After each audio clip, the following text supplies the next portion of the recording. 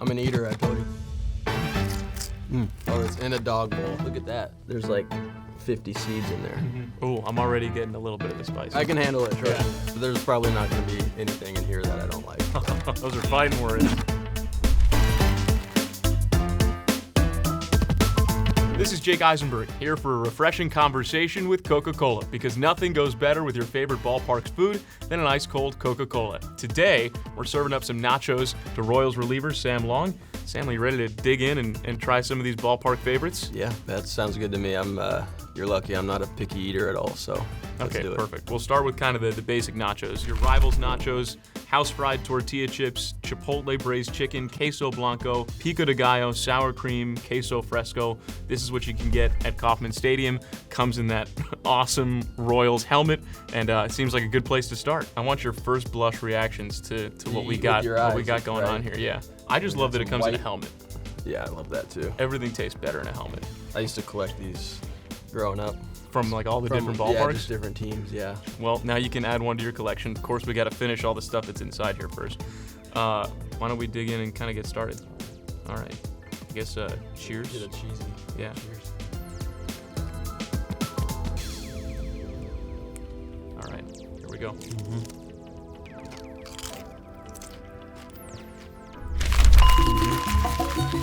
So this is the part where I start to ask you questions while you got food in your mouth. Nice. Cool. Who was your favorite baseball player growing up? Being from the Bay Area, I got to go Barry Bonds. He was just fun player to watch and very bigger than life growing up, especially as a kid. He seemed like a superhero. So. Yeah, you grew up in the Sacramento area, about 2 hours from where the Giants play. Now you've pitched in your career for both the Giants and the A's, and of course now in your first season with the Royals. But let's kind of roll it back to when you first came up in the minors, when you first made your big league debut, 2021. And there's a little bit more that goes into how you got to this point that we'll get to later. But you make your big league debut with your hometown team, the team that you grew up rooting for, and your big league debut comes on that mound. What's that moment like? It was something that I could have never imagined. Growing up was just something I dreamed of, and it was a lot. You know, it was a quick rise to the big leagues, and I tried to adjust as best I could and be ready for whatever came. Well, much like baseball, adjusting to whatever comes your way. You want to adjust to the next these were next good. Nacho challenge. Yeah. Final thoughts on these Rivals nachos. I could eat this whole thing. Yeah, me too, easily. I'd give this a 8.5. It's good. 8.5. Quality, yeah, quality ingredients, well thought out, and I get a souvenir with it. Yeah, full points for presentation. Yeah. Second nachos, we got some Philly cheesesteak nachos. You've got the steak, you've got the cheese, you've got the peppers. So it's basically, if you were to take a Philly cheesesteak and put it on nachos, this is what we're looking at. All right. Interesting. I do love Philly cheesesteaks. I've never had it in nacho form, but replace the bread with some chips. Let's see what we got.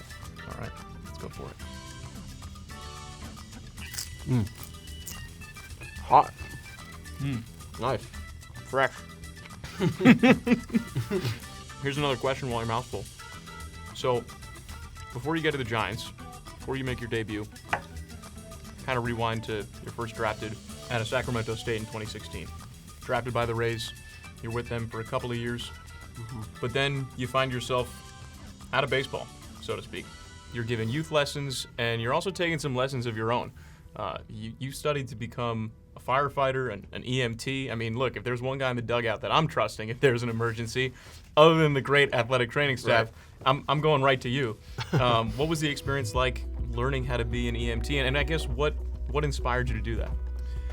So growing up, my uncle was a firefighter in South Lake Tahoe, and so watching his progression through the career, kind of where he started was EMT. He was a big reason why, and I just felt like comparing everything in my life to baseball, firefighting had in common with that. So you have a job to do, and as a firefighter, you're going to be expected to save lives and do what you can to help whoever's in need.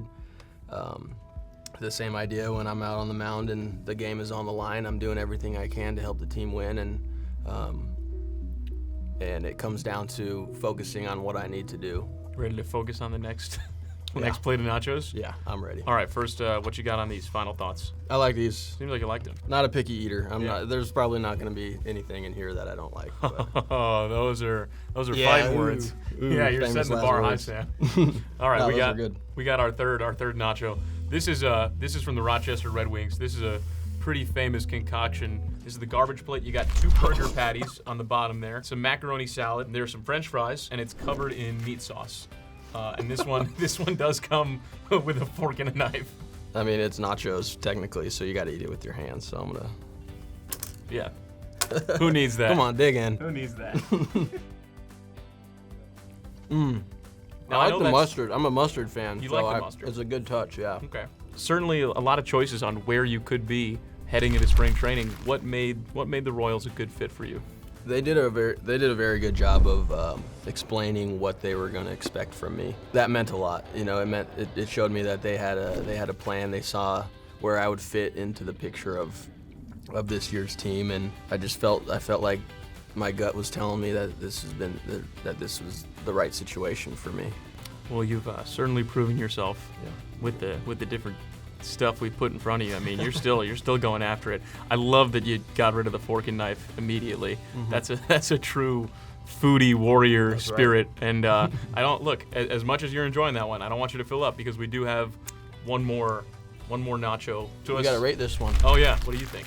I think it's a 7.5. Okay. The taste, you wouldn't think all this stuff would really go together, but it did, and I liked it. So Specifically, what'd you like about putting the macaroni salad on top of the burger patty? that's the part that I could have used that, but there's no turning back. I couldn't go back to the fork.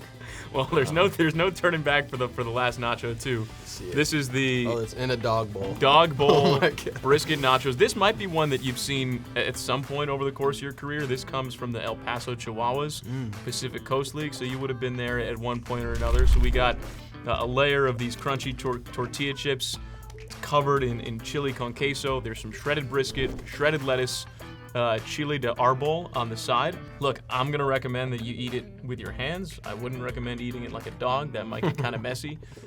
You've proven that you're ready to I'm not eat it gonna- however you like, but I'm not gonna go that far. this is the last one. I'm hoping there's some kick involved. With I these. can see it right You now can that see it? there's gonna be some kick involved. Okay. There is some. You like spice? Look at that.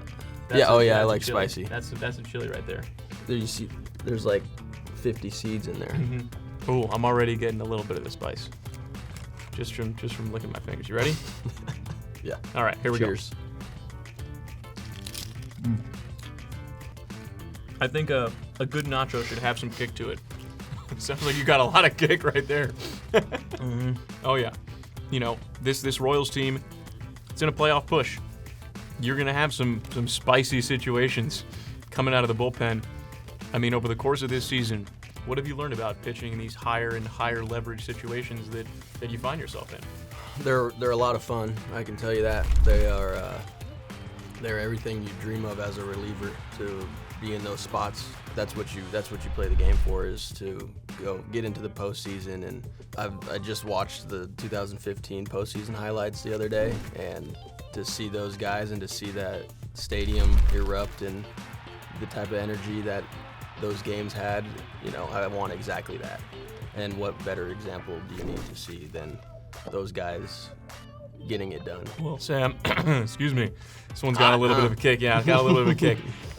These nachos, these were pretty good. And I'll go out. I'm real proud of you. I mean, you attack these like you would attack any situation when you come out of the mound. It's been great getting to know you. Thanks for joining us. Final thoughts on the dog bowl nachos, and I want your overall winner. These were good. I'd probably a 6. I mean, it wasn't as spicy as I thought it would be. I wish it really. I mean, coming from El Paso, we need to up the heat a little bit. So Oh, those are fighting words. that's right. All right. But out of all of them, I mean, the first ones were good. Those were solid. Yeah, that's your rivals nachos. Those We were didn't tell him to say that either. That's pure reaction. Yeah. I promise you. No, they I were promise good. you.